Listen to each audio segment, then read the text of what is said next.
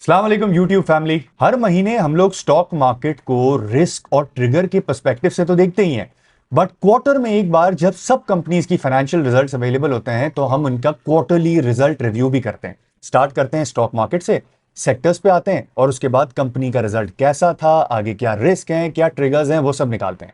Usually ये 1.5-2 घंटे की वीडियो होती है, बट उसमें से मैंने 30 मिनट निकाले आप लोगों के लिए, जहां पे हमने दो बड़े सेक्टर्स को डिस्कस किया है। ये वीडियो देखते हुए कभी भी आपको रियलाइज हो कि यार ऐसी इन्वेस्टमेंट करनी है जहां पे दो पढ़े लिखे लोग हमारे पास हों, मेंटर्स हमारे पास हों, जिनसे हम सवाल पूछ सकें, इकोनॉमी को समझ सकें, स्टॉक मार्केट को समझ सकें, सेक्टर्स को समझ सकें और सॉलिड इन्वेस्टिंग कर सकें। नीचे लिंक है वीडियो के, if you want to join the community. So here you go. अस्सलाम वालेकुम इन्वेस्टकार फैमिली। मार्च गुजर गया, सारे रिजल्ट आ गए, सारी कंपनी की फाइनेंशियल्स अवेलेबल हो गई, and it is a very good time to look at the results, look at the economy, क्या क्या हुआ, क्या क्या इंपॉर्टेंट इवेंट्स थे, किन चीज़ों को किस तरह से फॉलो करना है, अगले क्वार्टर में हम लोग क्या सोच रहे हैं या एक इन्वेस्टर को किस तरह सोचना चाहिए, सारी बात करेंगे आज। मेरे साथ है Sajjad Hussain, head of research at एक्सी रिसर्च। और आप स्क्रीन पे देख रहे हैं वो चीज़ें जिस तरह से हम लोग आज का पॉडकास्ट लेके जाने वाले हैं।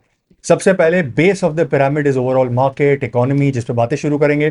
Then we move on to the sectors and then we move on to the stocks. और आपने ये वीडियो एंड तक देखनी है बिकॉज एंड में I have included some other mentionables. जब मैं किताबों को पढ़ रहा था, कंपनीज को देख रहा था, तो कुछ चीजें, कुछ कंपनीज के रिजल्ट अबव नॉर्मल निकल के आए थे। उसमें क्या हो सकता है, उनकी एनालिस्ट ब्रीफिंग को मैंने जाके सुना, कुछ नोट्स बनाए हैं, ये सब मैं आपके साथ डिस्कस करूंगा थोड़ी देर में। So Sajjad, let's start. Sure. So Sajjad, economy से शुरू करें। बिल्कुल जो टॉप होता है हमारा stock market and the economy.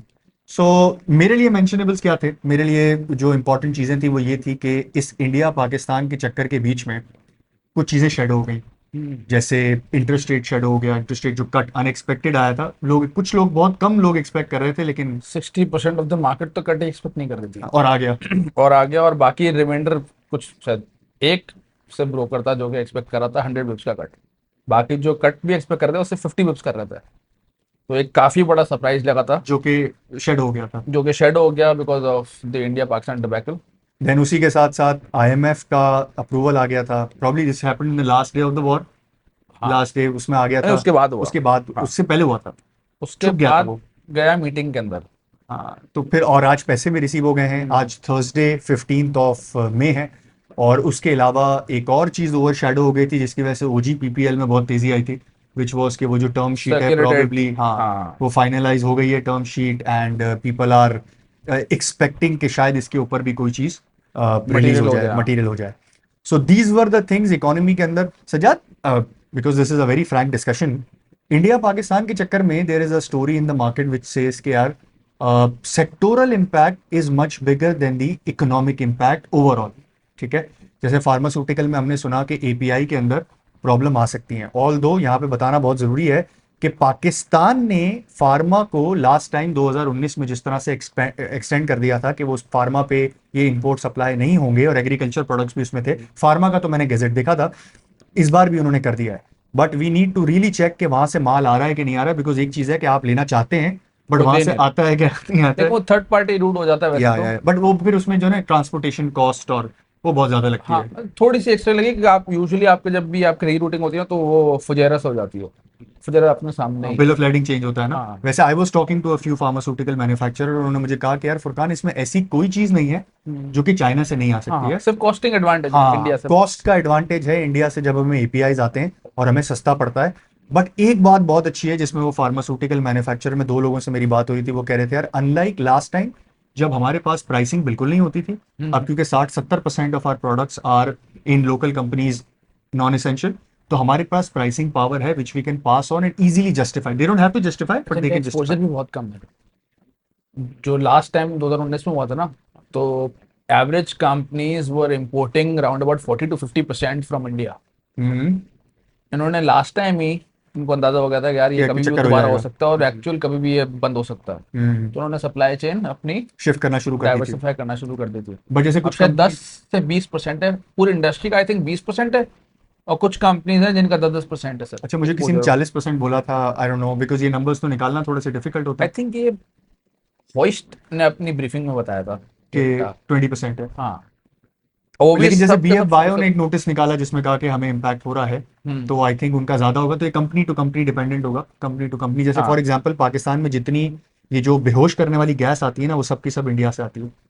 अच्छा। Get it. सो वो कह रहे हैं कि अगर ऐसे किसी सेक्टर के अंदर आप हैं, हॉस्पिटल्स के अंदर आप हैं, तो आपको इम्पैक्ट ज्यादा होगा। लेकिन अगर आप फार्मास्यूटिकल में हैं तो प्रॉब्ली कम होगा। वो भी एपीआई डिपेंडेंट होगा कि कौन सा एपीआई कितना एग्जैक्टली है। श्योर। और किसी सेक्टर के ऊपर कोई ऐसा हेडविंड तुम्हें नजर आता है? पर हम बात वैसे तो वहां से कुछ मंगा नहीं रहे थे और ना कुछ और बेच रहे हैं। एक्सपोर्ट हो रहा था कुछ? ना ना एक्सपोर्ट तो बिल्कुल भी नहीं था। नहीं था। मंगाते फिर भी ज्यादा है, हम हाँ। बेचते कुछ भी नहीं है। एक जमाना होता था जब हम सोडा ऐश बेचते थे सीमेंटें और हाँ। और सीमेंट बेचते थे। सोडा ऐश की तो हाँ। बहुत अच्छी मार्केट थी इंडिया। हम्म, बट जब वो लास्ट टाइम 2019 में बंद हुआ तो उसके बाद से बंद ही है। चलो गुड है। और स्टॉक मार्केट में अब now we have done the stock market, कोई ऐसे रिस्क या ट्रिगर्स चेंज होते हुए लगते हैं बिकॉज ऑफ दिस इवेंट, या फिर इस क्वार्टर में कुछ ऐसा हुआ जो कि मेंशनेबल है? अब तो सबसे बड़ा जो देखने वाली चीज है वो तो है फॉरवर्ड ही लुकिंग है। बजट। हाँ हाँ हाँ अब तो हाँ। बजट आई थिंक 2 जून की डेट आई थी, if I remember it correctly. इस बार वो नहीं हुआ ना, ये लोग कह रहे थे कि थोड़ा जल्दी निकाल देंगे बजट, बट आई थिंक फिर जून में जाके क्योंकि बेटर। आईएमएफ से हाँ। ये वाला पुराना वाला ही अप्रूव नहीं आया था। तो अब जो नए टारगेट्स आए हैं उसकी बेसिस पे सारे नंबर्स और सारे मेजर्स अप्रूव होंगे इंटरनल। सेक्टर स्पेसिफिक पे जब अगर अगर मैं सेक्टर स्पेसिफिक और आगे के बजट को लिंक कर दूं, तो कोई बजट में कोई ऐसी चीज सुनाई दी है? जैसे मुझे ये सुनाई दिया है कि ऑटो पार्ट्स के अंदर ऑटो पे जो कस्टम ड्यूटियां लगती हैं, that is considered to go down. आज आज या कल में उसकी कोई दूसरी खबर भी आ गई है कि उसको छोड़ के बाकी सब कर रहे हैं। आज पता है we were discussing in the हाँ। कम्युनिटी, किसी ने लिखा था सीजीटी का रेट जो है ना वो 15% से बढ़ा के 40%, एक अखबार का वो चल रहा था। प्रॉपर्टी पे। वो अच्छा, लेकिन उसमें प्रॉपर्टी प्रॉपर्टी नहीं लिखा हुआ था। अच्छा। उसमें लिखा हुआ था सीजीटी का रेट 15% से बढ़ा के 40% हो ओ। रहा है। सो कम्युनिटी में पीपल स्टार्टेड टू आस्क, ये फायदा है ना कम्युनिटी में हाँ। होने का कि आप सवाल पूछ सकते हैं। तो मैंने यही लिखा कि यार पहले तो ये लोग फाइनल करेंगे फिर हमें पता चलेगा। पहले ये लोग तो फाइनल कर लें, इनको समझ में तो कि आ जाए। करना क्योंकि क्या इनको। थोड़े दिनों पहले मैंने पढ़ा था कि गवर्नमेंट इज कंसिडरिंग मार्केट को प्रमोट करने के लिए, या फिर पीएसएक्स ने आई थिंक प्रपोजल दिया था कि सीजीटी को कम होना चाहिए। खैर पीएसएक्स तो हर साल हमेशा ही देता प्रपोजल है, देता है हाँ। कि कम होना चाहिए। बट और किसी सेक्टर्स के अंदर ऑटोज के अलावा कुछ है जो कि इंपॉर्टेंट हो बजट के अंदर, या generally speaking when we were looking at results? अच्छा, जो ब्रॉडर थीम आईएमएफ ने इस बार दी है ना, तो लास्ट 2 साल के बजट्स वर कि आप एक्सपेंसेस को बढ़ाओ लेकिन लिमिट के अंदर, लेकिन रेवेन्यूज बहुत तेजी से बढ़ाओ। हम्म। इस बार the theme is very different. इस बार रेवेन्यू में तो ग्रोथ आप ला ही नहीं सकते, उनको ये पता है अभी। बल्कि वो आपसे रेवेन्यू गिरवा रहा है कुछ एंड्स पर। जैसे कस्टम ड्यूटी पे वो आपका रेवेन्यू नेगेटिव होगा, नेगेटिव ग्रोथ आएगी उसमें। नेगेटिव ग्रोथ आएगी। ठीक है, तो आप उसने मतलब आपको वन थिंग पाँच फॉर साल श्योर का कि कस्टम ड्यूटीज तो कम हो रही है। Custom duties RD additional custom यार तीनों लेकिन कम हो रही ये स्टीलों के लिए हैं। जैसे आईएसएल आईएनआई टाइप की कंपनीज हैं, फ्लैट रोल के लिए फ्लैट रिस्क है, रोल के लिए हाँ। लेकिन लॉन्ग रोल को तो कर फर्क नहीं पड़ता, लॉन्ग उसकी रोल तो एक्सपोर्ट नहीं हाँ हुआ। हाँ हाँ। बट बहुत सारी कंपनीज के लिए थोड़ा थोड़ा एक्सपोजर क्रिएट कर देगी in terms of duty protection मिली हुई थी उनको, जो तो वो कम कम कर होना देगी शुरू ना, होगी। हाँ। क्योंकि पाकिस्तान में अगर आप थोड़ा ब्रॉडली देखो ना, तो इंडस्ट्रियल प्रोडक्शन चली इसलिए रही है क्योंकि almost every industry is supported by custom duty, regulatory duty, और कुछ कंपनीज के अंदर तो एडिशनल कस्टम ड्यूटीज और रेगुलेटरी ड्यूटीज और फिर जीएसटी का इम्पैक्ट और वो सब इसके ऊपर लग के आता है। अच्छा, इंटरेस्टिंगली सदर्न कंपनीज जो है ना वो ज्यादा रिस्क में है, क्योंकि नॉर्दर्न कंपनीज को तो फिर भी फ्रेट कवर मिल फ्रेट का जाता है। बेनिफिट है जो कि बहुत तो वो एक्सपेंसिव है। 1-2% हम्म। ड्यूटी कम होने से ना कोई खास फर्क नहीं पड़ेगा। हाँ। पर और जो companies, so interestingly, so the structure is के कस्टम ड्यूटी जिस पे 0% है उस पर 0% ही रहेगी अगले 5 साल तक। जिस पे 3% है उस पे 3% ही रहेगी। एक नया स्लैब क्रिएट करने का प्रपोजल है जो कि 6% पे होगा। देन जिस पे अभी 11% है वो 1-1% करके हर साल कम होगी, 3 साल तक कम होगी और 9% पे जाके फिक्स हो जाएगी। जिस पे 16% है वो 1-1% हर साल कम होगी और 12% पे आके रुक जाएगी। लेकिन 20% वाला जो स्लैब है ना वो 20% ही रहेगा, वो कम नहीं होगा। क्योंकि 20% वाला slab is classified as consumer, कि जो फाइनल गुड है ना हम वो इंपोर्ट नहीं होने देते। हम्म। ठीक है। एसीडी जिस पे, एडिशनल कस्टम ड्यूटी। हाँ, आपका अगर ये डिपेंडेंट थी ऑन कस्टम ड्यूटी, कि कस्टम ड्यूटी के रेट अगर एक्स है तो उसकी बेसिस पे एडिशनल कस्टम जो है वो वाई होगी। तो जैसे 0% स्लैब अगर कस्टम ड्यूटी का है तो 2% एडिशनल कस्टम चार्ज होगी आपको, जो कि इसी साल से 0 हो जाएगी। तो किसी को अगर 2% का बेनिफिट मिला तो उसी साल उड़ जाएगा, अगर वो 0% में क्लासिफाई हुआ तो। अगर 3% करंट कस्टम ड्यूटी थी तो उस पर भी 2% एसीडी थी, और वो 1-1% हर साल गिरेगी और जीरो हो जाएगी 2 साल के बाद। अगर 11% थी किसी पे तो उस पर भी 2% कस्टम एडिशनल कस्टम ड्यूटी थी, वो भी 1-1% गिर के जीरो हो जाएगी। अगर 16% कस्टम ड्यूटी थी तो 4% फिलवक चार्ज हो रही थी, इस साल वो नहीं गिरेगी, अगले साल से 1-1% गिर के 5 साल में जीरो हो जाएगी। और जिसपे 20% थी उस पर 6% एडिशनल कस्टम ड्यूटी चार्ज होती थी, जो कि हर साल 1-1% से गिर के जीरो हो जाएगी 5 साल में। मतलब कम कर रहे हैं, हाँ, रेगुलेटेड ड्यूटी पे भी इसी तरह 2-2%, 1-1% करके तो कम कर कुछ रहे हो। ब्रैकेट्स ऐसे हैं, नहीं उसमें तो 5-5% है। पाँच हर पाँच साल, परसेंट रेगुलेटेड। हर साल। सो ये हम मतलब शेयर कर लेंगे ग्रुप अपने हाँ, कम्युनिटी के साथ। इन्वेस्ट कम्युनिटी के साथ। और हाँ। इसमें देखने की ज़रूरत ये होगी सजाद कि हर बंदा आके एक बार फाइनेंशियल्स खोल के देख ले, हर कंपनी के जिसमें भी वो इन्वेस्टेड है, हम्म। कि देख ले यार उसको रेगुलेटरी ड्यूटी की प्रोटेक्शन कितनी है, कस्टम ड्यूटी की प्रोटेक्शन कितनी है। बिकॉज इन हालात के अंदर जो कि ग्रोथ खास तौर पे इंडस्ट्रियल प्रोडक्ट्स की को खास नज़र आ नहीं रही है, और इसमें अगर प्रॉफिटेबिलिटी पे एक हिट आ जाए, that can be a problem. So this is a mentionable अच्छा, विच इज। इंटरेस्टिंगली लोग देखेंगे कैसे फिर ड्यूटी कितनी किस पर, इसका हल है।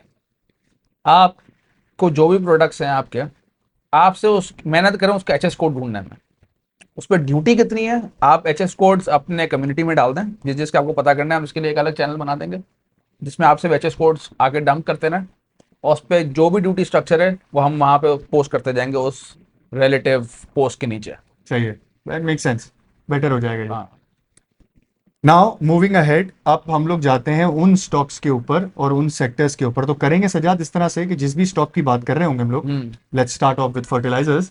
तो हम लोग पहले उसकी सेक्टर की बात करेंगे, सेक्टर के डायनेमिक्स में क्या हो रहा है, ताकि जितने भी हमारे मेंबर्स हैं उनको समझ में आए कि सेक्टर के अंदर क्या हो रहा है, किन चीज़ों पे नज़र रखनी है, किन चीज़ों पे नज़र नहीं रखनी है।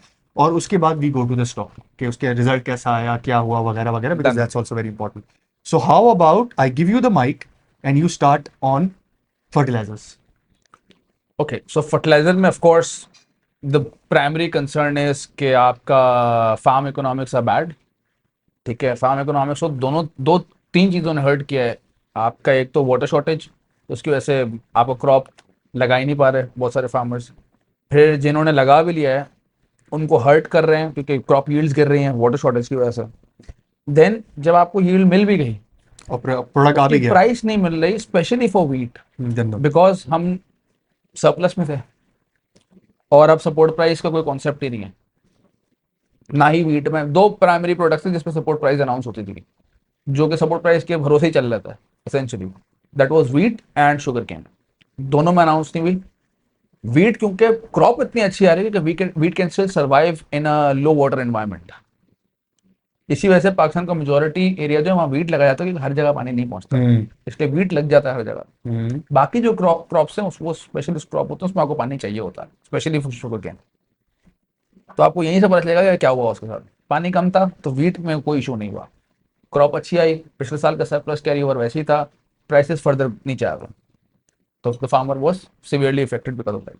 शुगर केन में however, even though there were wide expectations कि इस साल, क्योंकि ऑफ कोर्स पहला पहला साल है, शुगर आपकी सपोर्ट प्राइस नहीं होगी तो everybody will try and get their benefit out. But season शुरू हुआ लास्ट ईयर की प्राइस से, सपोर्ट प्राइस से भी नीचे। लास्ट ईयर की support price I think was 420, 380 रुपये में, 360 रुपये में सीजन शुरू हुआ था, लेकिन सीजन खत्म हुआ 650 रुपये का, बिकॉज उसमें कम था गन्ना। एंड तो वो बैलेंसिंग फिगर मिल गया फिर भी फार्मर को कि even though yields were lower but prices eventually recovered and they were able to manage it. But wheat सबसे बड़ा क्रॉप है एंड दे स्ट्रगल्ड। अब उसकी वजह से आपकी ऑफ कोर्स बाइंग कैपेसिटी गिर जाती है, आपके पास अभी भी माल पड़ा हुआ है, तो जब वो बिकेगा तब आप यूरिया खरीदने जाओगे, और उधार आपको कितना ही मिल जाएगा वरना, हम्म। राइट। तो आप फिर ये करोगे भाई कि भाई जितना जरूरत है मैं से उतना ही यूरिया लूंगा। हम्म। और स्किप भी करते हैं ना लोग, स्किप, स्किप या कम। हाँ कम कर दिया है कि हाँ। अगर 5 बोरी डालता तो यार हालात थोड़े पतले हैं, तो लोग 4 डाल जाता है। हम्म। तो थोड़ी बहुत मार्केट की ट्रिमिंग वैसा जाती है। वैसे भी कंपनीज ने जो एक्सपेक्टेशन बताई, I think last year was 6.5 पौने 7 मिलियन टन की डिमांड, इस साल दे आर एक्सपेक्टिंग अराउंड 6.2 इश 5 लाख उड़ गया सीधा सीधा। हाँ, 5 लाख हिस्टोरिकली हम 6.2 अच्छा नंबर है, हाँ। बट हमारी ऑफ कोर्स एकरेज बढ़े जा रही थी, कॉर्पोरेट फार्मिंग भी अब थोड़ी बहुत शुरू हो गई है, तो जो पुराना खराब लैंड था उसको भी रिकूप करने की कोशिश की जा रही थी। Of course our demand was growing, but वो वाली हिट जो है उसने फिल वक्त कुछ सालों के गेन्स को एब्जॉर्ब कर लिया। अब इससे हो क्या रहा है कि सीजनैलिटी जो है ना यूरिया में वो फुल्ली किक इन कर गई है इन सेल्स। हम्म। पहले तो था through out the year equally बिकता था माल, तो क्योंकि हमने इस पे बात कैपेसिटी की थी आई लिमिटेड थिंक थी। लास्ट पॉडकास्ट हाँ के अंदर भी। एग्जैक्टली। हाँ, कि वो ऐसा होता था कि बंदा बिल्डअप कर लेता था उस टाइम पे, जो कि लीन होता था, तो हाँ कंपनीज को फर्क नहीं पड़ता था। कंपनीज की किताबों में ऐसा नजर आता था कि कंपनी का बिल्कुल सीधी सेल्स जा रही है, हाँ, लेकिन वो डीलर अपनी इन्वेंट्री बिल्डअप कर रहा होता था पीक फार्मर टाइम के भी लिए। Farmer in fact. भी, हाँ, हाँ फार्मर भी अपनी इन्वेंट्री बिल्डअप हो रहा था, मतलब outside the company channel inventory buildup हो रही होती थी।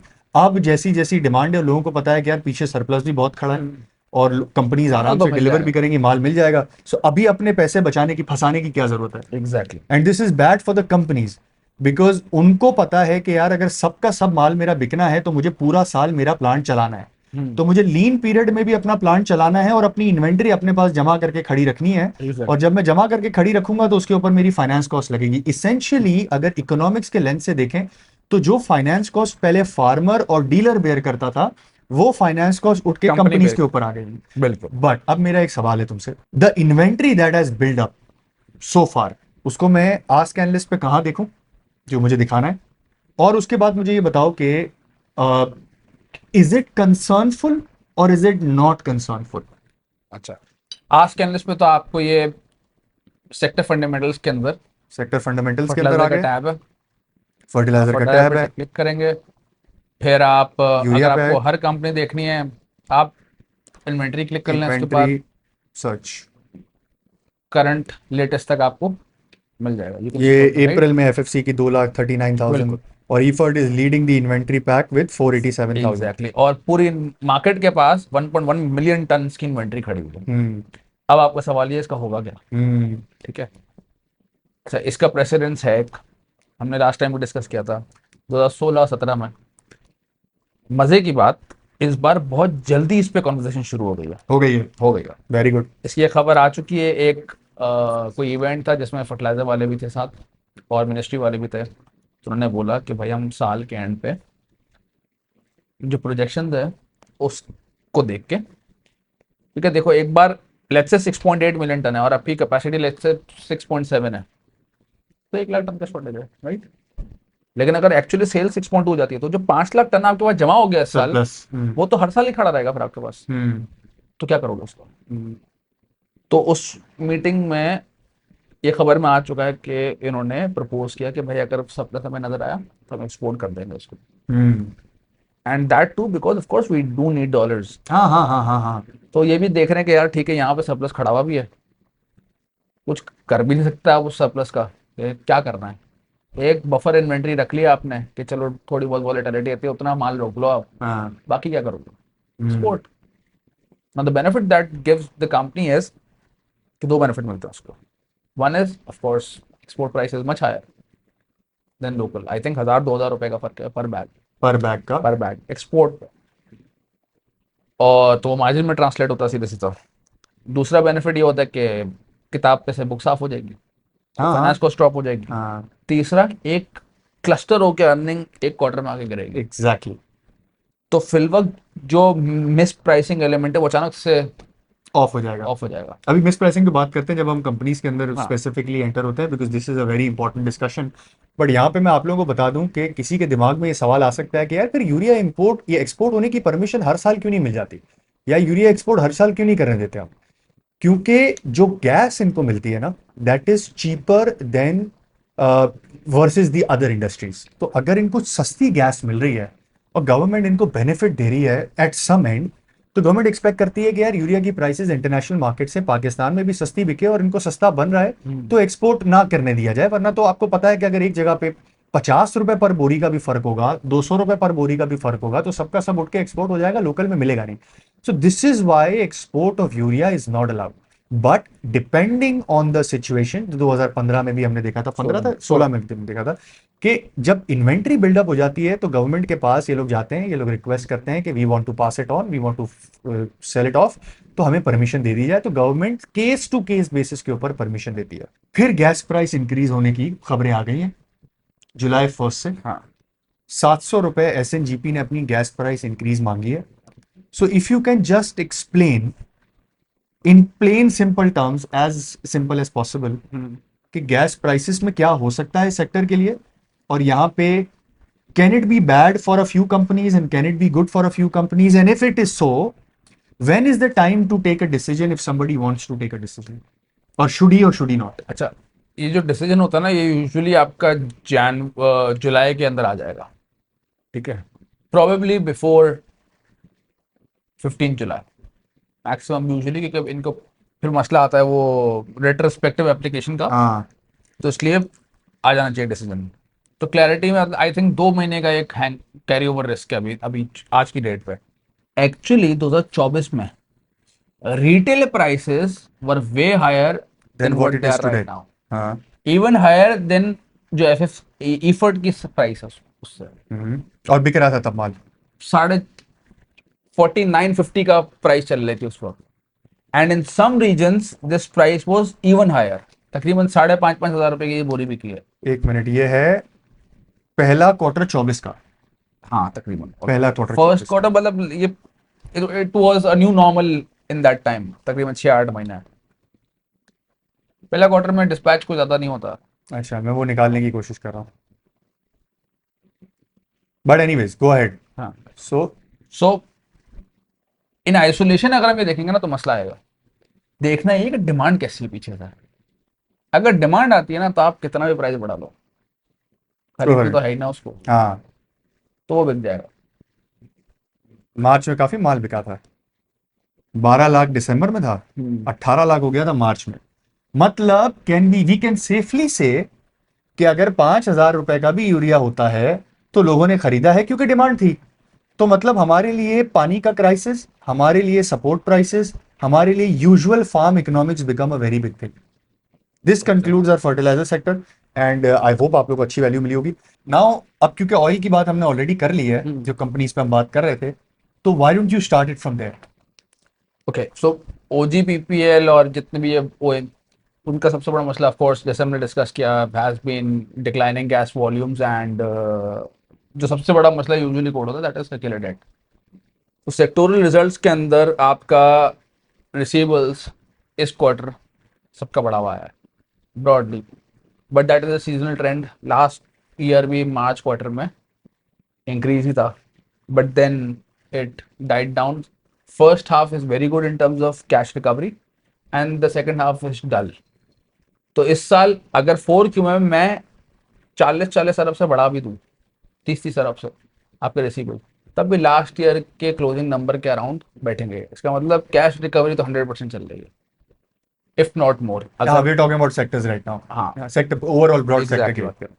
तो आपकी कैश रिकवरी 100%, इसका मतलब सर्कुलर डेट वाला एटलीस्ट एक्यूमुलेशन का मसला फिल वक्त has been solved. Now, of course, that remains to be seen whether it continues in the next year based on the pricing decision that the Ugra takes. जिस 700 रुपए है या 300 रुपए है या जो जो भी है। एक्चुअल कट कटा के जो डिसीजन आएगा उसकी बेसिस पे डिफाइन होगा कि यार ओगरा ने बोला नहीं 100 रुपये होना चाहिए था, अब वो 100 रुपये की बेसिस पे उन्होंने फिर प्राइस एडजस्ट की कि नहीं की, कि वो 100 रुपये बने जो प्राइस एडजस्ट हुई है। That is how you compare these numbers. एक बार ही हो जाता है तो फिर आपको अगले साल की भी पूरी विजिबिलिटी मिल जाएगी कि भाई ठीक है 100% ज्यादा कैश फ्लो होगा, कम कैश फ्लो होगा, इक्वल होगा, क्या होगा। Now, why does it matter? Because broadly, cash flows are is the primary factor जिसकी वजह से आपके अक्रॉस सेक्टर आपकी वैल्यूएशन ड्राइव होती है।